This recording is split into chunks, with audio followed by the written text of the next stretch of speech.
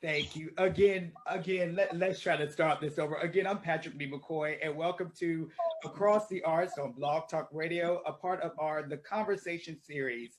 Today, we are joined by soprano Janice Chandler Eteme. This is a conversation long overdue. Good morning, Janice. Good morning, Patrick. How are you, dear? I am so good. I just want to set the stage a little bit. You know, I had a wonderful mentor coming up. His name is Jim Pinkett. He's still important to me to this day. And he introduced me to all of these wonderful recordings and all these wonderful singers. And your name was at the top of the list. Of course, at that time, you were Janice Chandler. Yes. So I knew exactly who you were, and I never imagined that all of these years later, probably over 20 years later, I would meet you in person and just be able to witness your artistry. So I'm so appreciative of having this opportunity with you today.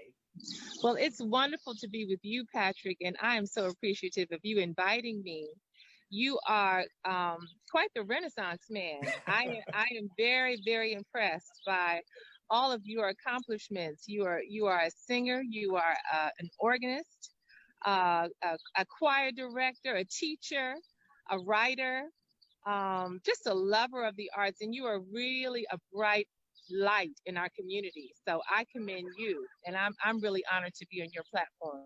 Thank you so much. I really appreciate that. I wanna go back a little bit. When I talk to singers, particularly singers who now make their careers on the concert stage, I like to go all the way back in case someone is hearing about your career for the first time. I want to ask you, how did you discover your voice? Take me back to maybe your childhood, and when did you discover that you actually had a voice to sing? It all began at DuPont Park. Seventh-day Adventist Church School. I was a student there from kindergarten all the way to 10th grade. DuPont in those days wanted to have a high school as well, have a complete high school, but they only went to 10th grade, so I left in 10th grade. But when I was in middle school, my middle school music teacher, Carrie Lawrence at the time, she's Carrie Lawrence Williams now, but she asked myself and two other young girls, Lorraine Armstead and Karita Suggs, if we would sing in a trio together. I was 12 years old at the time. And I was very surprised. I didn't, realize that I, really had a voice, but apparently she thought that I did. And so she formed this trio, and our name was the Triad Trio, which is really cute. And we started singing in the DMV, the metro area, at different churches, of course, at DuPont Park. And we even entered a talent competition, a gospel talent competition in 1981, and we won the gospel portion of that competition. We got a chance to sing at Constitution Hall. Wow. If you can imagine that. Yes. And we had special dresses made. We wore these lavender dresses with white belts and white shoes, and we were just putting forth our best effort, and God rewarded us. We're very, very proud to do that, and very blessed. And we didn't sing too much beyond DuPont Park, because after I left there and went to Pine Forge Academy, we couldn't sing together because all the girls didn't attend Pine Forge at the same time. So, but that's how I got my start. You know, it's such a small world, because when I came here and I was formerly the organist choir master at Trinity Church, DC, Lorraine Armstead would come and sing in the choir during my tenure there often. So it's so amazing how the world is so small. Now, I want to keep with this vein of talking about you and the church. As you mentioned, you were Seventh-day Adventist and you were raised in the church. Talk about your parents and just how they encourage your musical upbringing. Well, my mother enrolled me in piano lessons at the age of 5. And I took piano lessons from Esther Roten. She's still alive today. I see her from time to time when I visit DuPont Park, although I'm not a member there anymore. But I studied with Miss Roten from age 5 to age 9. I would have gone further, but I did not like to practice. And And my mother became weary of reminding me and prodding me and pushing me. So she allowed me to have an early retirement from from piano. But that is what my mother, she wanted to sow that seed of music in me. And let's see, my dad sang in the church choir. He sang under Eddie Jackson. I'm sure you know that name, Edward Yes. Jackson. And my father had actually a lovely baritone voice, although he was not a soloist. He had a lovely voice, and so he enjoyed singing in the choir. And Mr. Jackson had quite an influence on me. Also, his predecessor, Alma Blackman, is also another great name. She was the piano teacher of Roberta Flack. I don't know if you knew that, but she taught Roberta Flack. Wow. I think Roberta Flack was in 8th or 9th grade. I believe Miss Blackman was her first piano teacher. And so Ms. Blackman went to Oakwood. So after I graduated from Pine Forge and attended Oakwood, I got a chance to sing in the Aeolians under her baton. And that was also a dream of mine. I had always wanted to be an Aeolian at Oakwood College. And so I got to sing in the Aeolians for 2 years while she was conducting. Let's continue with Oakwood College, now Oakwood University. I mean, it's so amazing how so many great musicians, yourself included, comes out of that lineage of Oakwood University. Yes. The main experience that I had with you was when I first moved to the area. You sang a concert at Sligo Seventh-day Adventist Church. You sang the Bach Yawksit Galton all in London. Yes. Lloyd Mallory was the conductor. Tell me a little bit about working with Lloyd Mallory and how you all forged this friendship and also professional relationship. Well, Lloyd and I go way back to Pine Forge. I actually met Lloyd one summer before I even attended Pine Forge Academy, because I didn't go to Pine Forge until 11th grade because I stayed at DuPont Park until the 10th grade. But the year before I went to Pine Forge Academy, I sang as a soloist for an evangelistic tent meeting in Plainfield, New Jersey. And the minister was William Taliaferro, and he knew me because he knew about the Triad Trio, and he knew Carrie Lawrence very well, and so he knew about us. But the three of us could not go to that evangelistic effort, so he invited me to be a soloist. So that's where I met Lloyd. Lloyd was, let's see, I guess I was 15 at the time, so Lloyd must have been 13. Can you believe that? Lloyd was 13. Probably going on 14 because he's a couple of years younger than I am.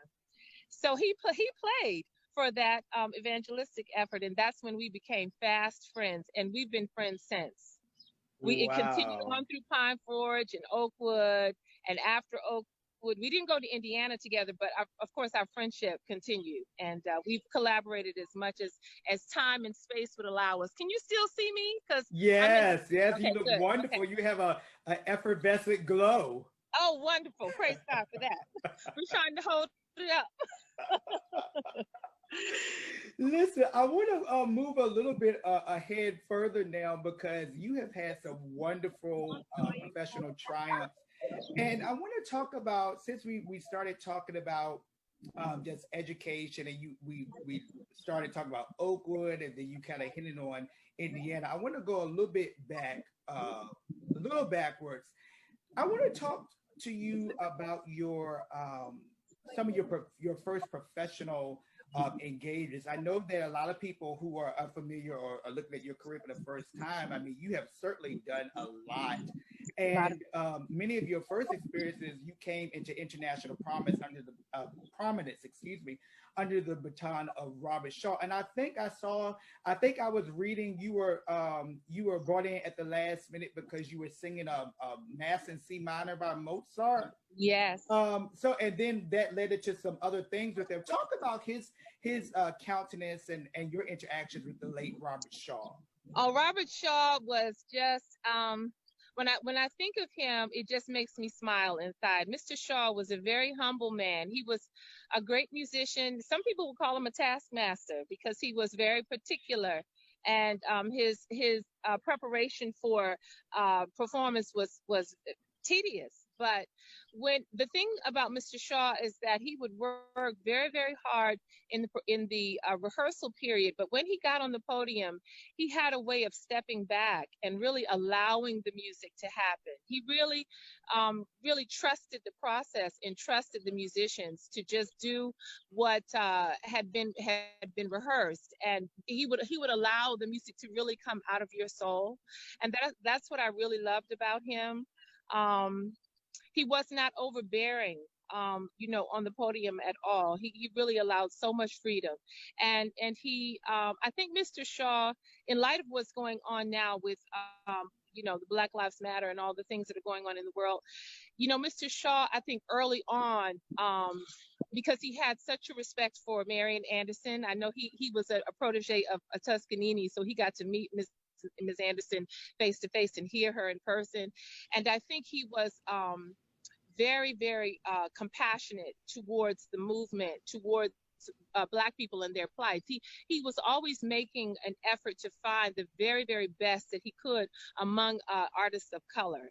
And of course, Marietta Simpson. There are other people that I know I'm missing their names, but I think he made an effort to look for the creme de la creme as far as Black artists are concerned. And he would engage them, and he would hire them, and so I got to be one of the last, I think, because Mr. Shaw died in 1999, and I didn't meet him in person until, Patrick, I think it was 1996. So It was only 4 years. I had just about 4 years with him. And we performed the Brahms Requiem several times. I sang with Marietta at Tanglewood under his baton in the Beethoven 9, Schubert Mass in E flat. I believe that was in Cincinnati. So I got a chance to do several concerts with him, and each time I really loved his presence. He was he had a great connection with God. I could tell that. He didn't talk a lot about God, but it came out through the way that he treated people and the way that he treated me. And I will always love him and respect his memory as a great giant in the music world, but as also a very, very humble man. As I mentioned in my intro, you have certainly sung with a lot of conductors. And since you just mentioned the Brahms Requiem, I have kind of a personal tie-in story, because when I was a graduate student at Shenandoah Conservatory, Mr. Robert Schaefer was my professor for choral literature. And we were talking about all of these different choral works. And at this time, you and I had not met in person yet, but I knew who you were. And so I remember I was sitting in the class, and when we started to listen to the Brahms Requiem, he pulls out the Tellock recording with you and Maestro Craig Jessup. Yes. And the Warburg Tabernacle Choir. Yes. And I just thought that was so amazing. I was like, hey, I know Janice Chandler. She looks like me. So I was really, really excited. And I think Nathan Gunn is the Gunn on that recording. Talk to me, and now since you have performed works like the Brahms Requiem, and you performed works like the Messiah and Mendelssohn's Elijah, could you maybe talk about maybe to the young singers who are on here, like finding your niche, like really knowing, like, maybe I'm misspeaking, but I just feel like those great sacred oratorios really fit your voice like a glove. Could you maybe talk about finding your niche and maybe the things that work best for your voice? Well, the Brahms, let's start there. So the Brahms is difficult to sing. When I first started working on it, it's right in the passaggio, and it's hard for me to say that I've found my niche, because to tell you the truth, Patrick, I've sung so much different repertoire. I've been kind of all over the board. But I think my voice fits best in the very, very lyric repertoire, the Mozart, the Handel. I don't know that I'm necessarily a great Bach singer, but I do feel that the Mozart and the Handel fit me very well.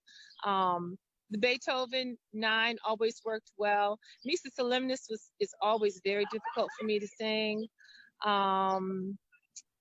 Mozart C minor Mass, when I was very young and I still had all that suppleness in my upper register, that was one piece that I really enjoyed singing, but I didn't get a chance to sing it that much. I think at the time, Barbara Bonney was really the go-to soprano for that piece. So I only got a chance to sing it a few times. I mean, one was with Mr. Shaw when I took Harolyn Blackwell's place. She got sick at the last minute. And Miriam Yardumian, who was the artistic administrator with Baltimore Symphony at the time, she called me 5-6 days out and asked me if I would do it.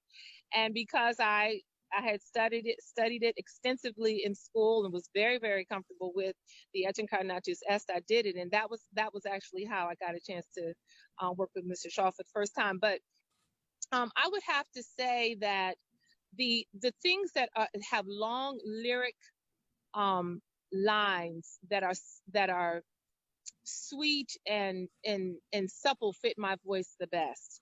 I'm not a great coloratura singer. I don't have, I'm not like Brandy Sutton. I love her. She has this dramatic coloratura, and Kathy Battle, of course, whom is your favorite. I don't have that I see her, La Dame, and we all pay homage to her, okay? Yes. But I don't have that spot on, like perfection in my coloratura, like a Joan Sutherland or Kathy Battle, or there's some other really great coloratura sopranos like Brandy and others. But the long lines, the lyric lines that would allow me to lift my voice and float and sing sweetly through the line. That's where my voice fits best. That's where I've always felt the most comfortable. That's what I like to do. People would always say, or especially early in my career, that I always had an ethereal effortlessness to my production. And I always like to hear that. If it was written in a review or something like that, I always like to hear that. Yeah, because that's how I felt. That's what I tried to do.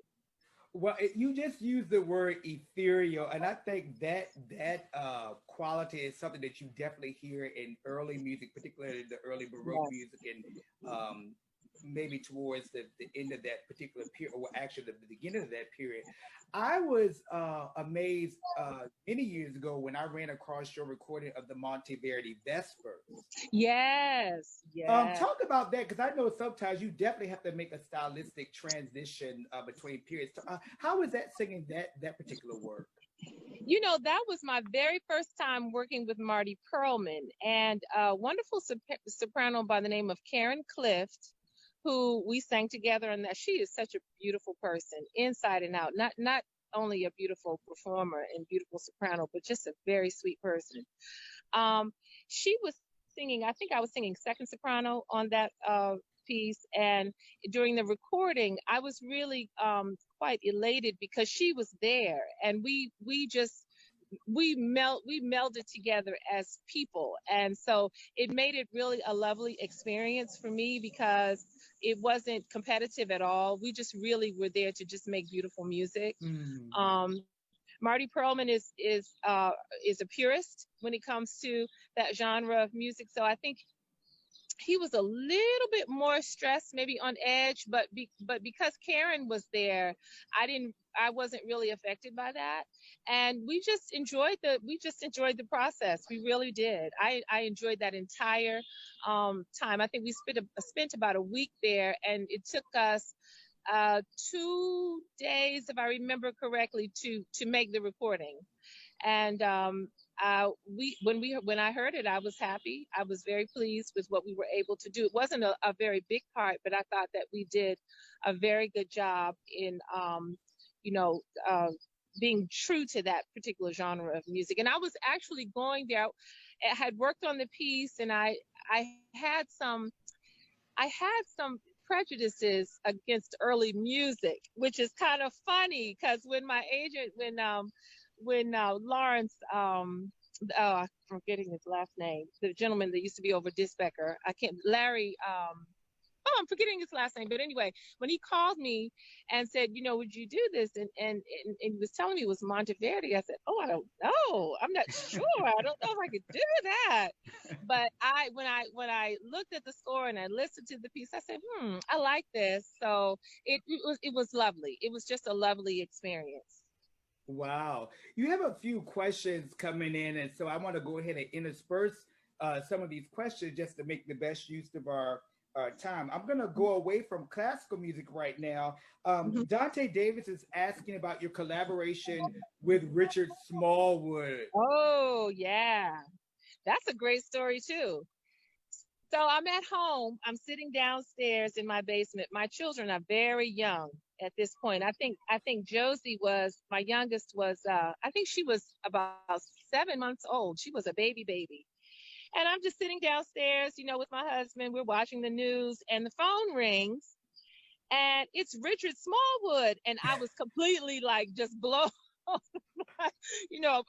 like picking my teeth. This is after dinner. I was not prepared for that, to hear his voice on the other end. And he asked me if I would be willing to come to New York the very next day to participate in this live recording that he was going to be doing in New York City. And I just, almost dropped the phone. I was like, well, sure, but what do you want me to sing? So he went he started telling me the story about how he originally wanted La Dame, Miss Battle, to sing to sing the piece "We Worship You," but he had been in touch with her agent, and he thought that she was going to be able to do it, but something had fallen through with the communication, and she was not going to be able to come. So he asked me if I would be willing, and I said sure. But I don't know how I would learn the song, overnight. So he said, I'm going to send you a recording of it, a PDF and or MP3 recording of the piece, and if you would just listen to it and just learn it by rote. There was no sheet music, none of that, just me listening to it and learning it by rote, and come up, take the train, come to I don't remember the address of the auditorium, but I said surely I'll do it, because Richard Smallwood is so special to me. I remember the very first recording I heard of his. It was when I was a freshman at Oakwood, and it was the recording that had "I Love the Lord" on it. I remember walking the campus and listening to that recording on my little, at that time, cassette tape. That's what we used way back then. But Richard is, even though I didn't know him personally, his music had touched me deeply, as a young person. So I was just elated. And so I told Patrick, and I listened. Well, actually, no, I could not download the MP3. So actually, I didn't even get a chance to listen to the song before I got there. So I was learning the song hours before the recording while they were putting makeup on me. I'm listening, and it was just, I was just so overjoyed to do that. So when the moment came to perform, I was able, by the grace of God, to do a good job. I turned around a couple of the lyrics though. So a few months later, Richard asked me to come back into the studio to re-record it. But the funny part is that I never was able to actually go and fix the text. And so what you hear on that album is exactly what you hear on the album. Okay, let me get this straight, because I got to get this straight. I skipped a very important part of the story. Sorry. So hearing Richard call me that night was not the first time. I forgot. I actually did the demo tape for Kathy. That's what actually had, and I did that while I was pregnant with Josie, which is even more interesting. I was about 7 or 8 months pregnant with Josie. Richard had asked me to do this demo tape for Kathleen. So I'm sorry, that was a big part that I missed. So what you hear on the tape is actually what I did, the demo tape that I did for Kathy, because I was never able to come back to fix the words. The mistake that I had made during the live performance, I was never able, our schedules did not allow for me to come back and fix it. So he used that tape, that demo tape that I had done like 9 months earlier or a year earlier or something like that. And wow. so I was reacquainting myself actually with the song before the recording. It wasn't that I hadn't heard it. I was reacquainting myself with it, because I had totally forgotten it. I didn't think I was going to be involved in that. but that's what he used. And what they did was they mixed it, and then they used the background, cheers and stuff from the live performance. But it was actually that demo that I did for Kathy. That's what they used on the recording. Isn't that something? That is. Oh That's my what happened. goodness. Yeah, that's what That's happened. fascinating. Yes, it I is. want It to is. go back to another connection because this may be beneficial to some other students who go through this. Mhm. Um, you had the whole HBCU experience, and I'm a proud HBCU graduate too, Virginia Yes, State. yes, At Oak, you had that experience at Oakwood, and then you yes, went off to graduate school at Indiana. yes. Can you maybe talk about the transition as opposed to I guess the work ethic, for lack of better words, maybe at Oakwood versus Indiana, were they similar? Did one prepare you more for the other? Could you maybe talk a little bit about that?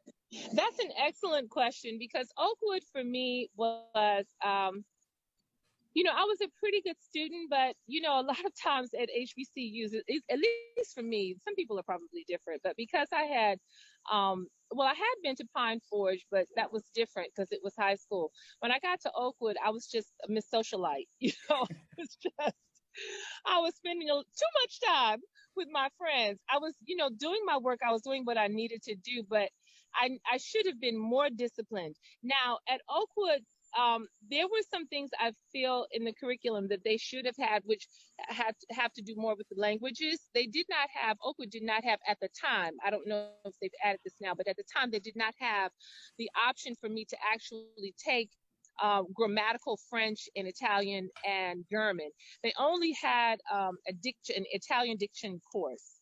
And so the thing that I found going to Indiana was that I was really deficient in my languages. So at Mm. Indiana, it took me 3 years to get my master's at Indiana as opposed to 2, because I had to take a full year of French, I had to take a full year of Italian, and I believe I had to take a full year of German. We're talking not just diction, but the actual grammatical classes.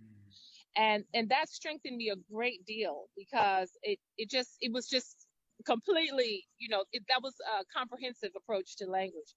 um, at Indiana, I felt uh, pressure being a Black student, because there weren't that many of us there.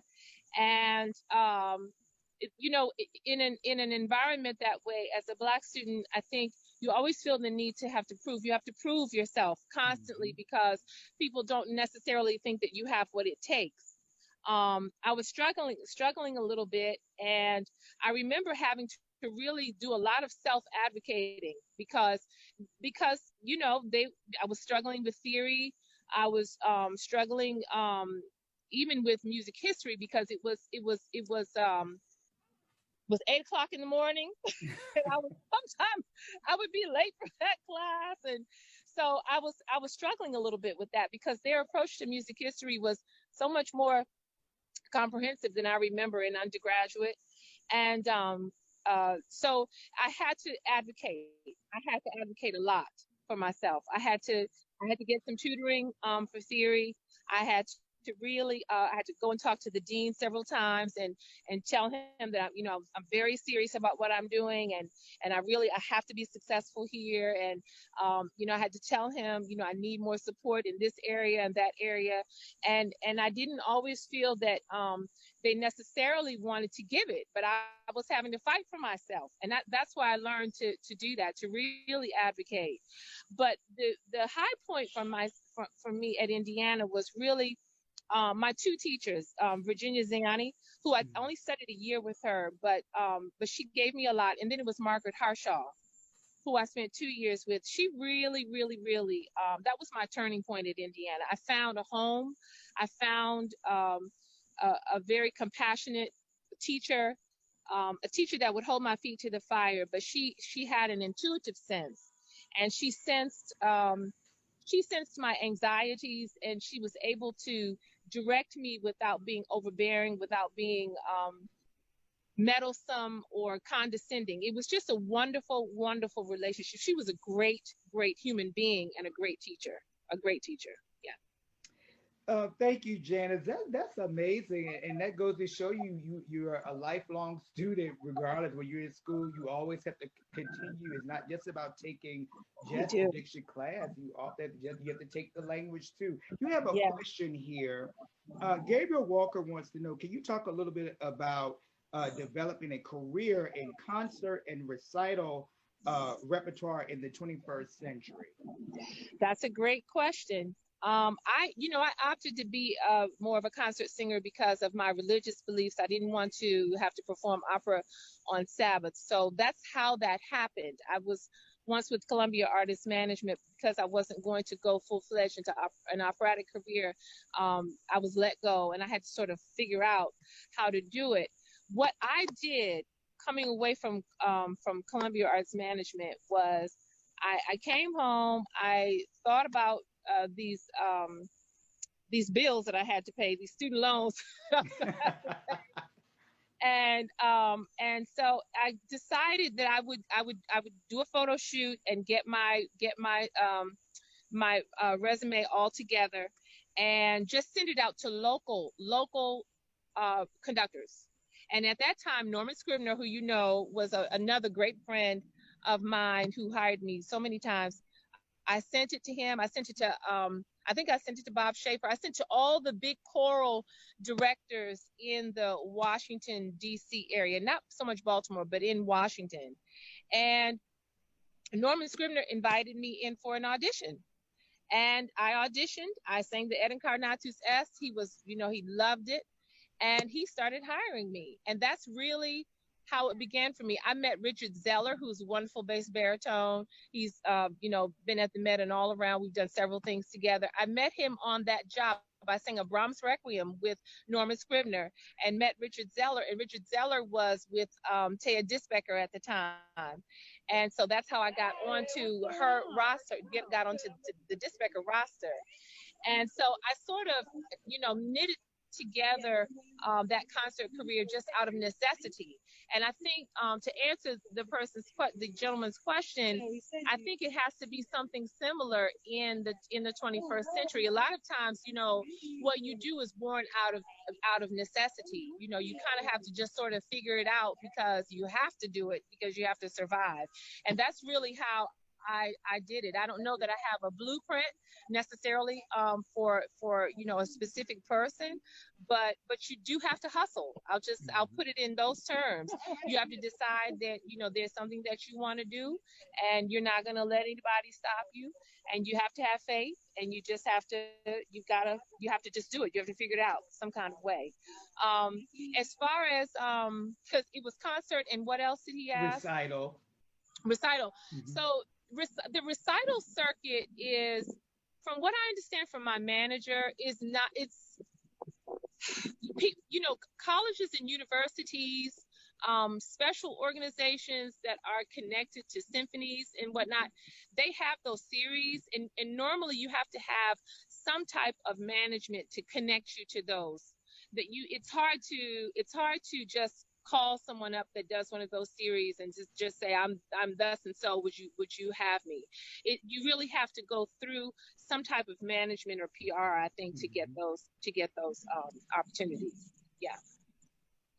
So of course, you mentioned the late Norman Scribner, and I Yes. recall, I want to say maybe 2015, and maybe before, they had a huge tribute to him at Yeah. Washington National Cathedral. And you sang there, and I Yeah. met your husband Patrick, Yes, and it is, it was such a Patrick. memorable experience. And then also yesterday marked the 4-year anniversary of the death of J. Riley Lewis. So you Yes, I had saw the that. opportunity to work with both of those great conductors. And I want to ask you, I'm not sure, and I should have researched this.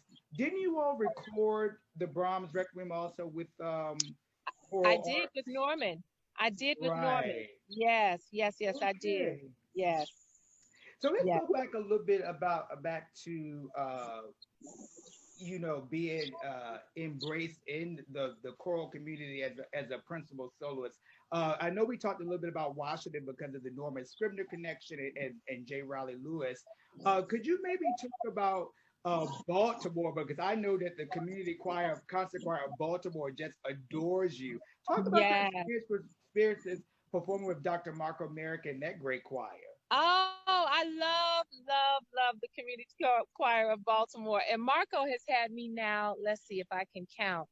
I think Marco has had me 5 or 6 times.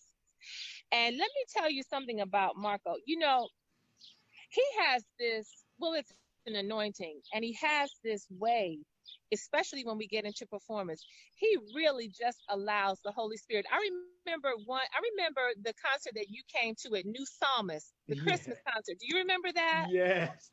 And so, of course, I sang the Rejoice Greatly, and that was lovely. That went very well. But then at the end of the concert, he had me come back and sing "Oh Holy Night," and I shared the podium with 2 of his other wonderful soloists. I can't think of their names right now, and I'm sorry. But when I came up to do my to sing my stanzas, I don't know what happened, but heaven came down. And I mean, we worshiped in there that night. I was so high, and I really just felt the Holy Spirit. Marco he has so much love in his heart. And the way that choir worships, they don't just perform these great choral works, which are so important for our community. That in and of itself is a great feat. But when they perform, it's not just performance. It really is worship. And it doesn't matter where they are, because, you know, they go to different churches all around the city.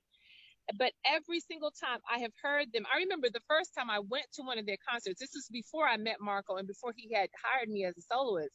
It was a church. It was a Baptist church, and I can't remember the name of it. It's down off of in Druid Hill. But I was in tears. I came because one of my students was singing, and I was in tears by the end of that concert. I was in tears. My student's name was Demetrius. And I was in tears. And ever since then, I have loved them. And every time I hear them, it's no different. It's always worship. It's always love. He gives so much. He honors people. Marco loves to, you know, honor everybody that has made any contribution to, you know, what he's doing. He makes it a point to let them know that they are loved and appreciated. And that is so needed and so necessary, you know, because a lot of times people need that. People need to know that somebody appreciates them. And he just always does that. And I so appreciate it. Now, you know, Marco, I have to give a shout out because he's definitely my Alpha Phi Alpha brother as well. So A Phi. Right. You have another famous soprano on here that you share Okay. a connection with, Miss Angela Brown. Hi, Angela, my girl. And Angela's my you hero. may have mentioned this, but she wanted you to talk about a little bit about your experience with Miss Ziani. Yes. Oh, Miss Ziani. You know, well, Angela, let me talk about Angela first, because Angela is one of my heroes. You know, Angela came into the Adventist Church as a young adult, and she attended Oakwood. She's a year older than me, I think, or a couple years older than me, but we attended Oakwood at the same time. And we had the same teacher at Oakwood, Miss Ginger Beasley. And we weren't that close at Oakwood, but we were close associates, I would say that. But then Angela came to Indiana, and she came there a little bit after me. But Angela has a way of, she just makes magic, Patrick. I don't know any other way to put it. And I don't normally use that word, but that's the word that comes to my mind, because when she comes into a place, and it was the same way with her as a student, Angela just comes in and the whole room just lights up. She has this effervescence about her and this spirit of, she's tenacious, but it comes off as being glorious. That's the word I would use with her, because her way of working and her way of getting to know people puts them completely at ease. And that, I think, has served her so well. This is, I think, one of the reasons why she became such a great star, because you have to have that ability, because you know how this business is. If you see, I'm super sensitive and I get my feelings hurt very easily, and that doesn't always work well, because if you wear your feelings on your sleeve like that, and people sense that you are unsure or you're not confident, then they get a different picture. Even if you can sing well and all that, they get a slightly different picture. But with Angela, she has it, man. She has the voice and the effervescence, and so she is really, as my sister, she's one of my sister heroes. She really is probably the main one, because we're right there together. And with Ms. Zayani, I think Angela was able to tap into everything that Ms. Zayani wanted to be able to give, especially to a Black soprano. Because I think that Ms. Zayani actually, because of the fact that she knew the great Leontine Price and these types of great stars, I think she wanted to be able to really mentor a Black soprano, especially through the Aida and what is the other big the Trovatore. She wanted to be able to mentor a Black soprano who would become like a great star through that repertoire. And I think that Angela was able to tap into that and just glean everything possible from Ms. Zayani, because Ms. Zayani was a great soprano. I don't know if you've ever gone on YouTube and listened to her Traviata, but it is a force to be reckoned with. She was no joke. And if you can imagine, she was singing Traviata at the age of 21. Can you imagine that? At the age of 21. I think ask Angela if I'm right if I say she was singing it at La Scala at the age of 21 or 22. I believe that is correct. And I mean, the coloratura and the control, when you listen to the recording, it's just amazing. She was a great diva. And she sewed into Angela, and Angela she was like a sponge. She took it all in. Wow, that makes me think about the whole idea of mentorship and just pulling somebody else along with you as you climb. Who were some of the? I know we kind of touched on some of the singers, but is there a particular singer beyond Miss Ziani? Maybe I'll just go ahead and say maybe a Black singer that really was like your model, or maybe took time to really mentor you in this career. At Indiana, Camilla Williams was at Indiana, and she's another great diva. Virginia State? Yeah, she's a great diva. I regret that I did not take more time and I didn't have more wisdom to really sit with her and really talk with her, because I think that Miss Williams would have been willing to do that. But when you're in those big institutions where there are a lot of big divas and divos, the egos are big too. So you can't just kind of go and have tea or coffee with somebody who's not your teacher, because then people think that you're that you're trying to get out of their studio and all that kind of stuff. So it was hard to just figure out a way to do that without any repercussions. But I wish I had done it after I graduated from Indiana. I wish I had gone back to take time to really sit with her and get to know her in a deeper way, because in reading through her career and some of the things that she had to go through, I realized that she probably would have been the one to do that for me.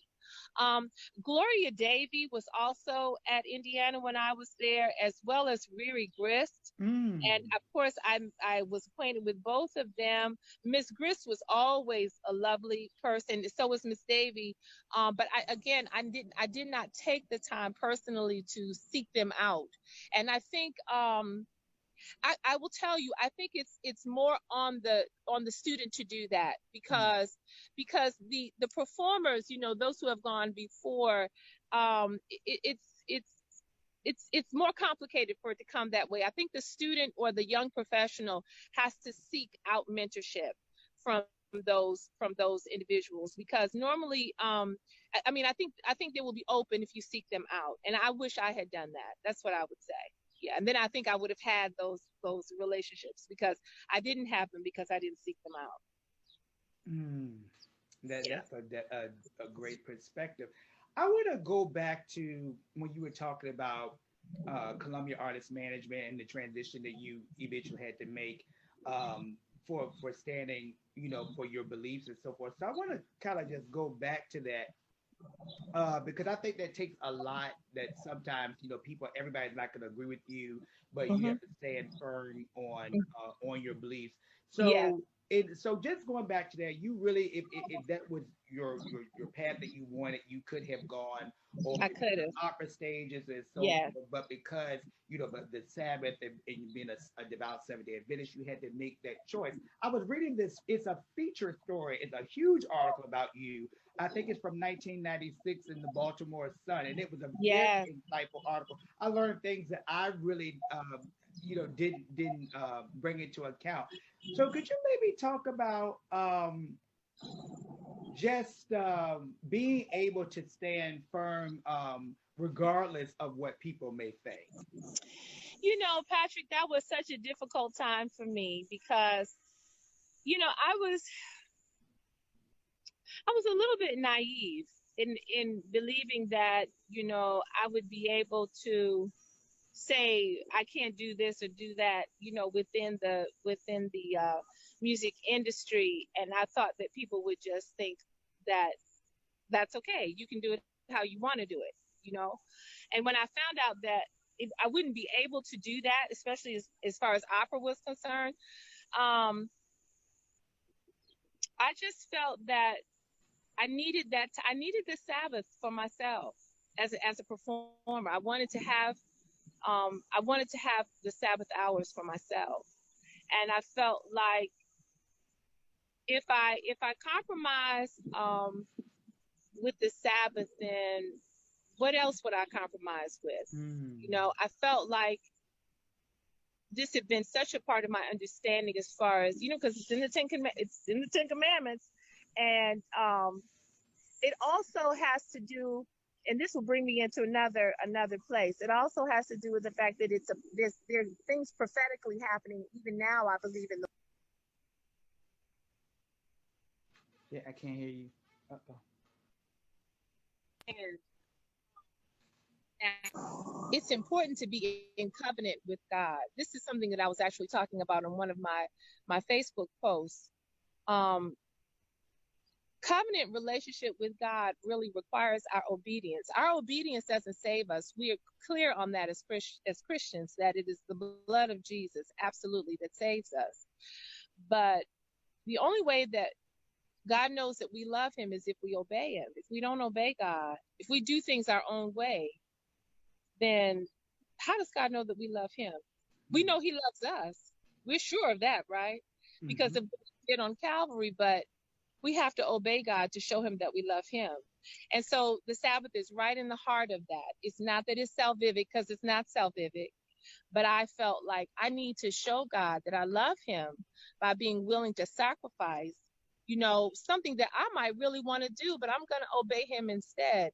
And when I go through because I've been reading my Bible more lately, because we have time. We just have time, a whole lot of time. So going back over the whole Old Testament, going through, Genesis, and coming through the story of, how the world became very wicked, and the world was destroyed by a flood, and Noah and his family in the ark, and coming up to Moses. I absolutely adore Moses. I love everybody, but I really love Moses, because Moses walked with the Lord.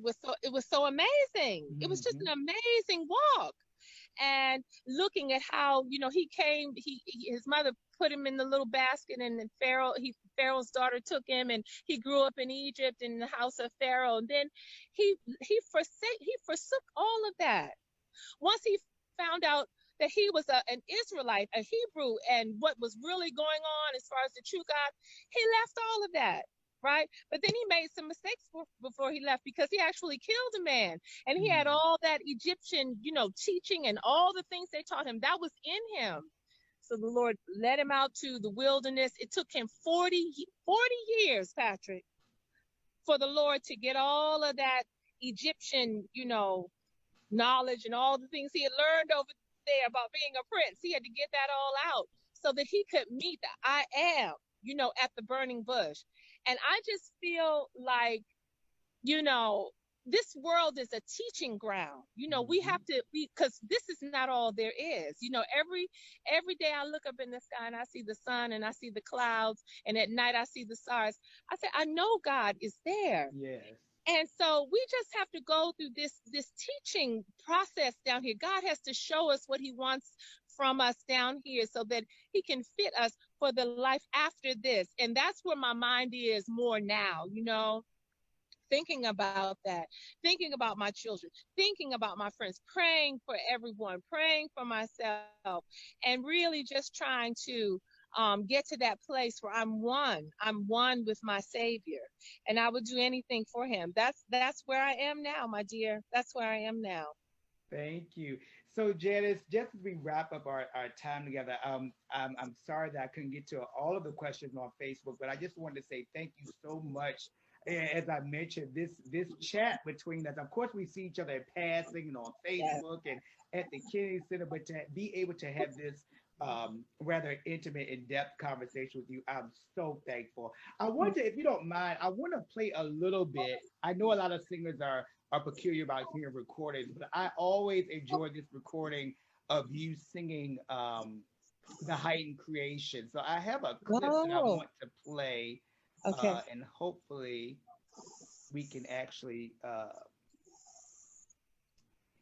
this, as I mentioned before, is like you almost have to have a rehearsal before you start doing this stuff. Oh, yes. Let me see. Hopefully it's right. Just give me 1 second. But as we're preparing for this, I just want to. Patrick, can I ask you a question? Sure. I saw an announcement. You're going to go into PR work. Did I see that? Yes. So this is a good segue. So I am in conjunction with the things I already cover on my beats, stories and coverage. That won't change. But so many people, so many colleagues have encouraged me to say, Patrick, you've been doing this stuff for a long time. You need to be able to transition into making a professional arm of what you do. So just in addition to doing my regular coverage, some of those other boutique art services, PR services that people might need, like press releases and just more visibility to their projects, I'm going to now be doing that on a professional basis. So it's McCoy PR Arts. And I hope that, if you know people or if the listeners are looking for those kind of additional services, we're here. I am so happy that you're doing that, because I too think you're perfect for that. You are such a lover of the arts, and not just the arts, but of artists. And I think you have to have both when you're a really good PR person. So congratulations to you on that. Thank you. I think I have found what I'm looking for. Oh, here we are. And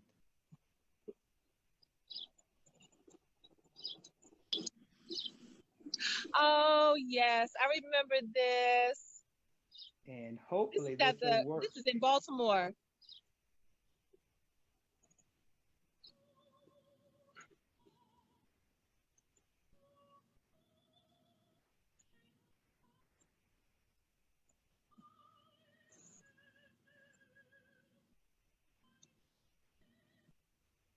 Uh-oh, it's buffering. Oh, it's buffering a little bit. I remember this performance. I enjoyed this too. One of my favorite pieces. I sang this a lot, several times.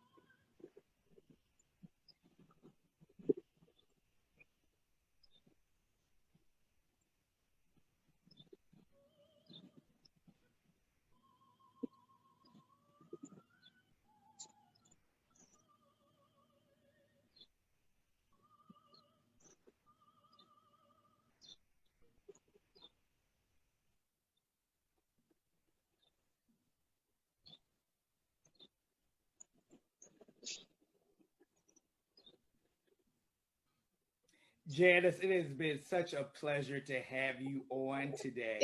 It has been my joy. I really enjoyed this, Patrick. Thank you. Thank you so much. Again, I am Patrick D. McCoy, and you've been listening to soprano Janice Chandler Eteme on the Conversation series. I have a special announcement to share with you all. The Maestro series returns this Friday at 11 o'clock a.m.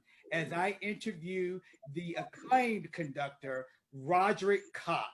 So please tune in on Friday, 11 o'clock a.m., where I will chat with conductor Roderick Cox on the Maestro series. He'll be chatting live with me from Berlin, Germany. So I'm so excited. Wow.